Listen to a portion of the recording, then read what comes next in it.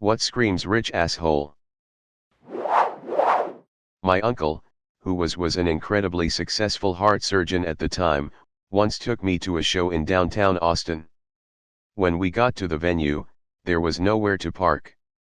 He rolled up to an area that had yellow stripes everywhere and big no parking signs. I pointed out that we can't park there, but he just replied, "Nah, it just costs $400-something to park here.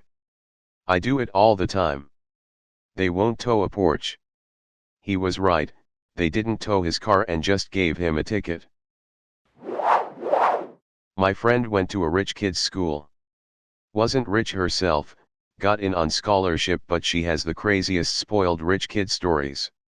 One of them is when she overheard a girl complaining about her family going to Italy for the summer because she wanted to go back to Spain.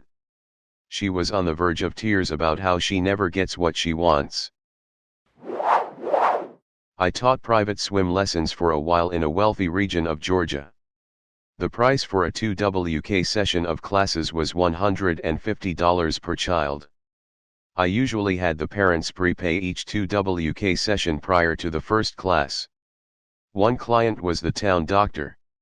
She was the only general practice office in that area and was well known amongst the summertime at the lake house crowd. Anyway, she forgot cash to pay and offered me a check, but I didn't like accepting checks. I told her to bring it for the next class. She forgot again. At that point I thought to myself, well, she's a doctor, she's just forgetful in her personal life. At the third class, I asked her to run into town while class was going on and I sidelined her son until she got back. So she comes out and says, "Oh, we were talking and I didn't get a chance to go to the ATM." Finally I accepted her check. It bounced.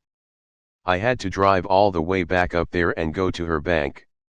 I forgot what it's called, but I submitted the check to the bank to be paid out as soon as enough funds hit the account. The problem is, she had been dribbling checks all over the place and I basically had to wait my turn. It took 3 months to be paid $150. 3 months. From that I learned, if you make $100,000 per year and have $101,000 worth of bills and debt, you're broke, point blank period. BTW, I had to put her son out of the class with all of his little friends. Some of the other parents complained that I was being too strict, so I offered for them to pony up $17 each to pay for little Chase's lessons. No one wanted to do that. Having mommy and daddy throw enough money around to make problems go away and get what you wanted in the end. Guy I knew growing up, and then we ended up at same college. His dad was some bigwig real estate guy, mom was a heiress to well-known brand. He was very status conscious and knew he could always buy way out of trouble. Always some shady, borderline illegal scheme to make more money, usually so he could buy himself a Rolex or shit. Anyway, our university was pretty elite, but he wanted to go to the best in his area of study. So he planned to transfer. He got like a 3.98 GPA, couldn't buy off a PE teacher to get an A, but because he was an entitled jerk couldn't get professors willing to write letters of recommendation. So he forged one, mailed it out, but forgot postage, and got discovered when it went returned to sender to a professor who hadn't written it. His parents flew down, made a giant donation to our school, and the administration didn't inform his intended university of his stunt. He got in, he left our school, got his best degree and last I heard was working on Wall St. I'm always amazed he hasn't ended up in prison for some sort of white-collar shit. I worked at an arena for an NHL team, and the local WHL team played there, too. WHL team could pull 5,000 people on a good night, and I think the players got paid maybe $150 a week or something. All teenagers 15 to 17 or so. This WHL team was shit and always lost, so it's not like it was full of future stars. One day I was taking tickets for a WHL game and this teenage girl comes up, dressed nice and wearing expensive clothes, but didn't have a ticket. When I said she couldn't go in, She dropped that line on me, "Don't you know who I am?" I said no, and she said she was the team captain's girlfriend. I said that maybe she could go to a different gate where there was a concierge desk where people left tickets in such situations. She left. I thought to myself, bitch, if you don't already know where the special entrance is, and if you don't already have a ticket in hand, maybe you aren't as special as you think you are. Me, 2 nights ago. 3 assholes came in to eat at the restaurant I work at, more than an hour late for their reservation and roughly 75 minutes before we were legally required by the city to kick them out. COVID curfews are still in effect. If you get caught you risk losing your liquor license. When we dropped the check and explained the situation, they screamed that it was unacceptable because they had spent so much money with us. Guess what? Other people spent more than you that same night, and they were on time. We're not interested in risking a whole business and a few dozen people's jobs because you can't tell time and think that the world is going to stop for you. When I had trouble paying for college, my aunt suggested I use financial aid and proceeds to tell me how they had to lie about their income and where their daughter was staying to get it. And on the application they listed her trip to the Bahamas as mission work. They laughed because their doctor couldn't even stand to look at those dirty children, but they wrote it up like she was teaching them the Bible. Edit, it's the awful comments that always blow up. Thanks for the silver and the other award. As an update, this aunt has come back home to steal antiques and valuables from my elderly grandfather, and she and her husband are part of a yacht club, might actually be a sailboat. It's big, and they sail around the US doing the Great Loop going around the East Coast, through the canal, and down the Mississippi. Police in London had a huge problem with this when super rich Arabs would come to London for the summer, and park their expensive supercars anywhere they liked, even if it wasn't legal or safe. Then when police or parking inspectors etc. came along and told them to move the car or be fined, they'd just casually pay a fine of hundreds of pounds on the spot and walk away. The police had to show them it was an actual crime before some of them stopped. Feel like these are things people do when they want to pretend they're rich. If you're actually rich, you don't do a lot of your own shopping. Not worth your time. If you want special treatment at an event, you either pay for VIP access or get the venue owner on the phone. And you sure as shit just buy new shoes rather than trying to get used stuff replaced. I guess there are don't you know who I am type celebrities, who I don't understand at all, but I think most rich people are happy to not be recognized. Most people who really worked for their money have learned that the only people who give you special treatment for free are those who want something. I used to do character birthday party gigs in law. Those who were middle class or less would always tip me too much, feed me too much, and I would meet everyone in their family. When I worked the elite in Beverly Hills or Pacific Palisades mansions, I would never meet the parents. They wouldn't be at the party. I would be wandering around the party as Darth Vader or Batman, mostly blind, asking people where the parents were so I could get paid and get going. Only for the butler to take me aside and hand me an envelope with exact change of how much they owed me. My sister works at a fancy private school, and she tells me rich asshole stories all the time. I think the worst though is this one student who is a foreign student that is literally a princess from a royal family in a country that I won't name for privacy reasons. But she demands that the staff address her as royalty, and demands students at the school be forced to treat her respectfully.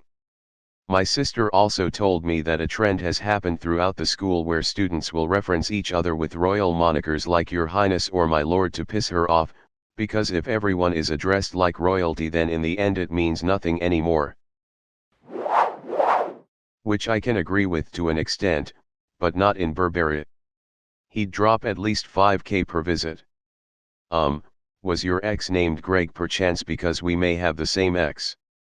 If not, just going to tag my comment here that I dated a rich asshole who always made me feel like I was some kind of mooch. The worst time was, we reconnected when he visited the city I was living in, post-breakup, asked to meet up for drinks. I knew what it was for, but I said yes because I was just curious to see what he was up to. Nothing happened, because at the bar, he ordered me a gin and tonic. I told him I absolutely loathed gin. The bartender looks at me for a moment before my ex was like, "Make it anyway." Then proceeds to tell me to drink it because he paid for it.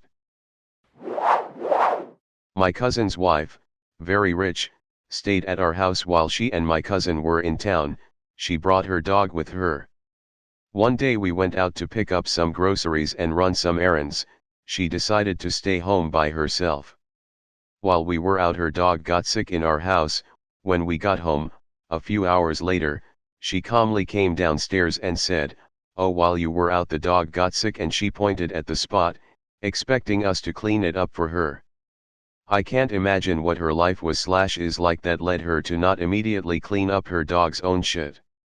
Instead she just let it sit there for hours, stressing out waiting for the help. Ugh, haha. My brother-in-law and sister-in-law. We don't have any more money than you guys do and we are able to save a lot. Also we had to pay $167,000 in taxes this year. How are you guys getting a refund? They obviously have way more money than us with that tax bill. Edit, this is their personal tax, they do not own a business. However, they do have a rental property. By that, I mean they have a vacation house that they Airbnb out once every couple of months. I was in a meeting with the medical director for my old company a few years back. He was telling a story how he refuses to put a front plate on his fancy sports car and would rather just pay the $200 fine every time he got written up for a ticket. At the time I was broke and taking a series of buses and trains to work. Yes. Or the people living in giant houses with massive gardens saying, "I really don't understand why everyone is complaining so much about lockdown, just enjoy the slower pace of life." Meanwhile the people next door are living in tiny apartments with no outside space, working from the end of their bed. This woman, looked the picture of living on family money. In my drive-through once hung her card out of her car window, refused to look at or talk to me and expected me to lean out the window to tap the card machine on it. I almost thought rich asshole until she sped off to the next window and her card declined. Nice Range Rover, nails and fillers, idiot. Maybe save some of daddy's money for some food, love. Acting entitled in a restaurant. The customer is actually almost never right, but we all pretend that they are because it is written in stone outside Stu Leonard's. Sure, you are spending your money and so your wishes should be respected. That doesn't mean you can demand Caesar salads that don't exist and intentionally take away from neighboring tables' experience by rudely monopolizing your server's time and energy. Like when you start waving at your server while she is at another table taking the order. Or when you call the server over to watch you all squabble about what dishes you're all going to order for like 5 minutes while the rest of the tables are left without service. One thing I notice is rich people have a diner's bill of rights in mind and they often all talk about what they got for free the last time they went out to eat and threw a fit about something service related. Also, the majority of rich people are the worst tippers. Only a handful are generous. Most working class people overtip and only a handful are bad tippers because they just don't realize how percentages work and it seems crazy to them to tip more than $20 since they usually only eat at a diner. I always forgive them anyways because it's not really important. When you are a professional you roll with the punches. On the other hand, some rich people will intentionally fuck up your night because they hate servers. I think maybe they find us uppity because of rumors we are overpaid. If poor people fuck up your shift, it's just because they don't get to eat out often and are out of their element.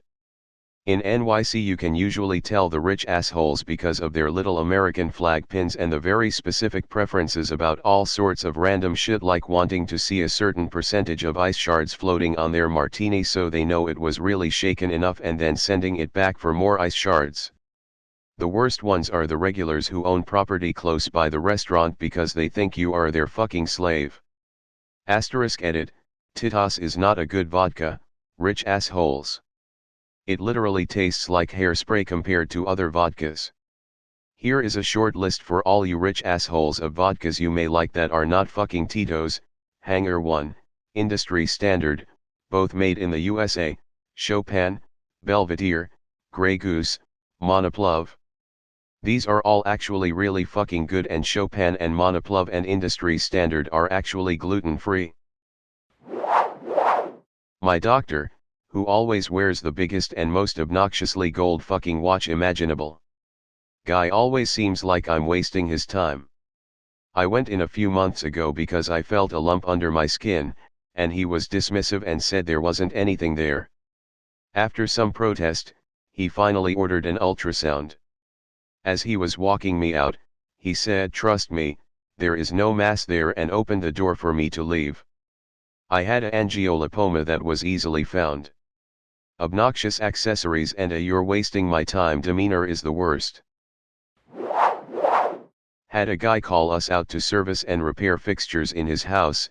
As soon as we get there and inspect everything and give him his options as for how he wants to go about things for how much $, he says that people like us look at his mansion, it's whatever, I've worked on nicer construction sites, and try to upsell our services.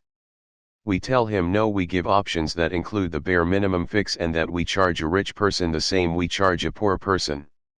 After a few minutes of grumbling, he decides he wants half the bare minimum fix, and as I'm working he's talking about his 20+ rental houses and apartment buildings that he charges above average prices, and then goes on with the fucking audacity of a tone-deaf goat, gets emotional to downright angry when he hears the left are trying to raise minimum wage to $15 because they don't understand good business. Bro, learn to pay your workers what they say is right, don't be a dick to your tenants. And don't be mad people on the bottom rung just want to have a shot at a good life again. POS IMO. Someone in my extended family made the play when the pandemic hit and they started to work from home, to work as many hours as they could and pump up their public sector pension. At one of the few small gatherings we had last year, they were complaining about making too much money. This spring they were complaining about all the taxes they paid last year, and now their pension is only $60,000 a year. The Russian boy was not well liked, because while there were more than a few boys at the school who were much more well off than he was, case in point, a boy whose father owned a whole island in the Bahamas, they did not flaunt it the way he did. The only way I knew the rich boys in a lot of cases was when they gave me Fortnum and Mason hampers or Moët and Chandon champagne for Christmas.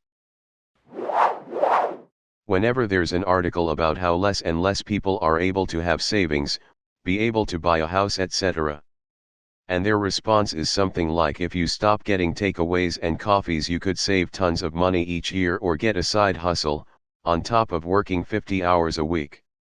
It's more of the fact that they obviously have no idea how the real world works, or else they would understand that you could literally spend nothing on takeout or pleasures and you still wouldn't be able to afford a house, because many people are in low-paying jobs that don't take them anywhere. It just reeks of my parents handed everything to me on a silver plate. So this screamed rich and spoiled emo.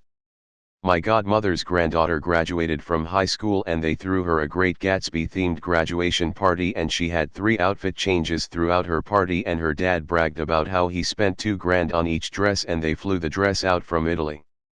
I mean, that was too much in my opinion. I'd maybe understand if she graduated with full ride scholarship or top of her class. When I graduated with my bachelor's degree, I just had a I graduated themed party. People deliberately slum it. I have some really rich friends who make a big deal about going places, or doing things with poor people. Case in point, I have a friend who comes from a very well-to-do family, multiple houses, boats, private education, rent paid for by parents, etc., who will do things like jet off to another country to spend 3 months living in a squat with a bunch of Greek anarchists, and then they will complain about having to leave to spend the summer with their family in their home in the south of France. It's an arsehole thing to do, play poverty for fun, and also to complain about being able to do things most people would love to do. There is being privileged, and there is being privileged and not even being happy with that. I don't really see why that's slumming it. You make it just sound like he prefers the company of Greek anarchists, wherever they are and in whatever conditions, and doesn't like the company of his family. There's nothing wrong with being born into wealth than finding you just don't like it or the people who raised you. It's creepy when people overly fetishize poverty and turn it into a recreational thing, but the way you describe it, it just sounds like he genuinely doesn't like the lifestyle he was born into.